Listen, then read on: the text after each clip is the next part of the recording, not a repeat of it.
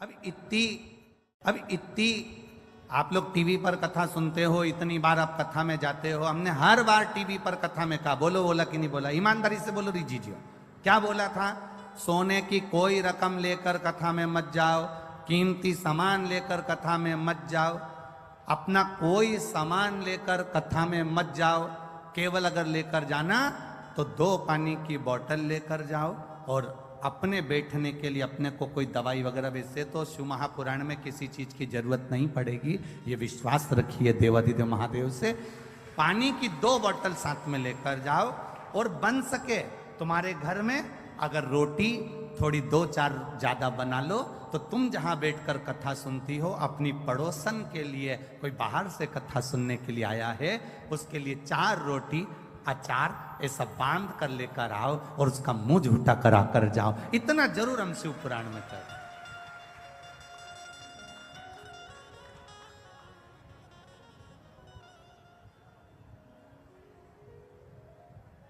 अपने साथ में 2 पानी की बोतल लेकर जाओ, एक खुद के लिए, और जम के बोले एक अड़ोसी पड़ोसी और पीछे वाला धड़ोसी, तो उसके एक पानी की बोतल जरूर लेकर। और अगर कहीं का बीच में पानी की बोतल देने भी आए तो उसका हाथ जोड़ लो कि मेरे को 3 घंटे की कथा में से 2.5 घंटा सुनना है, आधा घंटा आशीष भी ले लेते हैं, 2.5 घंटा बचता है, मुझे कथा सुन लेने दो। क्योंकि एक के व्रत, और उसके घर के लोग बोल रहे कई बार व्रत रख लिए, केवल पास में कथा नहीं होती, मुझे कोई लेकर नहीं जाता, कथा सुनने को नहीं मिलती। मैं फिर निवेदन करूंगा, 10 रुपए की पानी की बोतल के लिए करोड़ों की जायदाद मत छोड़ देना। इसको सुनकर अपनी झोली को इतना भर लेना कि दूसरी बार मेरा महादेव आए तो आप खुद जजमान बनकर कथा करवाओ। ये बाबा से करें। खाली ना जाता कोई दर से तुम्हारे, खाली न जाता कोई दर से तुम्हारे, मैं भी खड़ा हूँ नंदी बाहें पसारे, अपने हृदय से लगा लो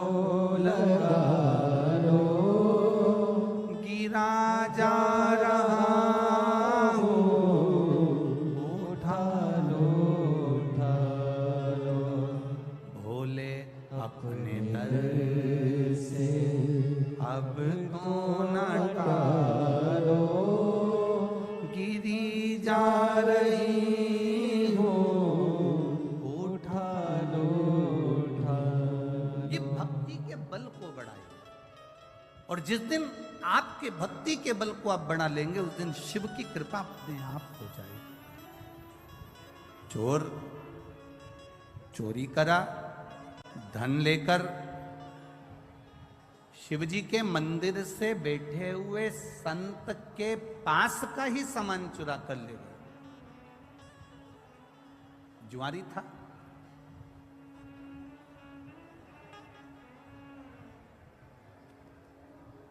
कमंडल, छतरी, आसन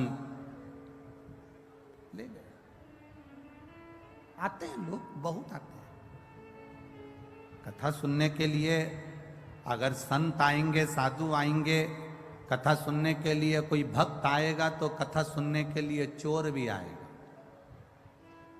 आपका ध्यान भगवान में रहता है, चोर का ध्यान तुम्हारे गले के मंगलसूत्र और चेन और मोबाइल और पर्स पर रहता है। पर एक बात अपनी जिंदगी में उतार कर रखना इस व्यासपीठ से, चोर ने ना जाने कितनों की चेन काटी होगी, बोलो सही बात है कि गलत बात है? एक चेन 70,000, 80,000, 1 लाख, 1.5 लाख की होगी। ऐसी उसने ना जाने कितनों की चेन काटी होगी, तो भी आज तक चोर करोड़पति नहीं बन पाया। जिसकी चेन चली गई, भोलेनाथ ने 6 महीने में उसके गले में दूसरी और बढ़ाकर चेन पहना दी। जिसकी गई उसने बाबा ने फिर दे दी, उसने फिर मेहनत करी, फिर काम करा और फिर अपना कर्म कर कर उसने चेन बनवा ली और गले में पहन ली। पर चोटा अभी तक भी चोटा की चोटा ही रिया, वो चोटा आज तक ठीक नहीं।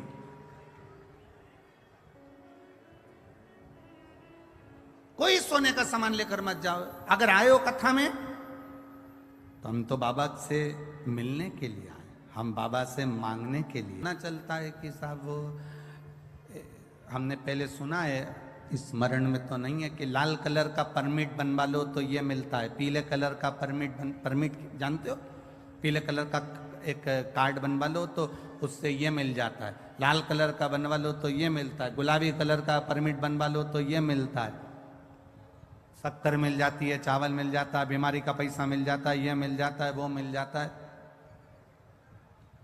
एक परमिट पीला कलर का बनवाया तो ये मिल जाएगा, गुलाबी कलर का बनवाया तो ये मिल जाएगा, लाल कलर का बनवाया तो ये मिल जाएगा। शिव महापुराण की कथा कहती है एक परमिट तुम्हारे शंकर की भक्ति का भी बनवा लो, क्योंकि वो अंत समय तक चलता है, जब तक तुम्हारी श्वास चलती है, अंत समय तक वो देता है।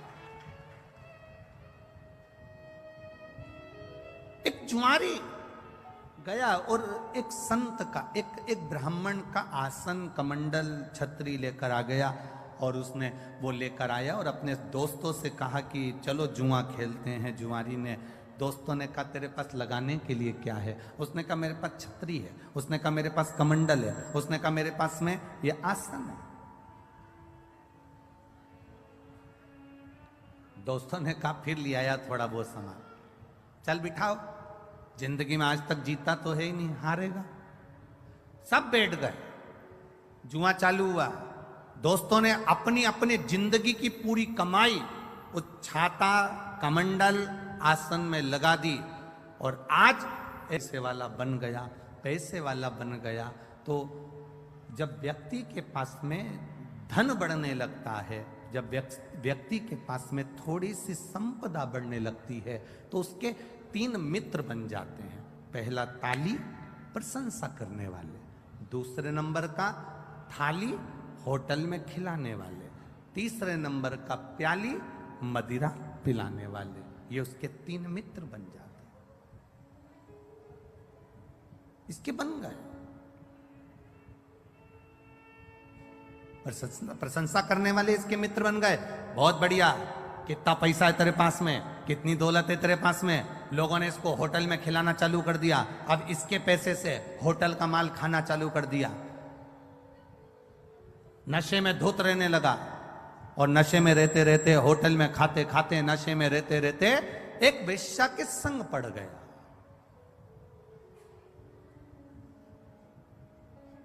और एक वेश्या के संग जब पड़ा, वेश्या ने इसके धन को पूरा जीम लिया, वेश्या ने पूरे धन को उसका ले लिया। अब वेश्या ने एक दिन उससे कहा, कल तुम आना तो मेरे लिए गजरा, बेणी और बीड़ा, पान खाने का तांबुल लेकर आना। जुआरी ने कहा ठीक है, कल मैं आऊंगा तो लेकर आऊंगा। अब जुआरी इतना नशे में हो गया, इतना नशे में हो गया, इतना नशे में हो गया कि गजरा, बेणी, पान, बीड़ा उसके हाथ में था और चलते चलते नशे में गिर गया। गिरा तो सब जमीन पे गिर गया, मिट्टी में हो गया। मिट्टी में हुआ तो इसको थोड़ा सा होश आया। होश आया, इसने सोचा कि मैं वेश्या के घर जा रहा था, सारा की सारा मेरा गजरा, बेणी और ये बीड़ा, ये पान सब खराब हो गया, तांबुल। सामने शंकर जी का मंदिर था, इसको आया क्रोध और गुस्से में उठा, इसकी नियत लग गई होगी। ये बैठा है ना शंकर जी के मंदिर में, जो शंकर, ये शिवलिंग जो रखा है ना, इस शंकर की नियत मेरे गजरे में पड़ गई, मेरी बेणी में पड़ गई, मेरे बीड़े में पड़ गई, पान में पड़ गई। इसने मिट्टी का, कीचड़ का गजरा उठाया, कीचड़ का, मिट्टी का बेणी उठाई, मिट्टी का गजरा, मिट्टी की बेणी और मिट्टी में सना हुआ पान, बीड़ा उठाया और लड़खड़ाता हुआ नशे में शंकर के मंदिर में पहुंच गया। शिवलिंग के सामने खड़ा होकर और सब उठाकर शंकर भगवान के शिवलिंग पर फेंक दिया। ले तू खा ले।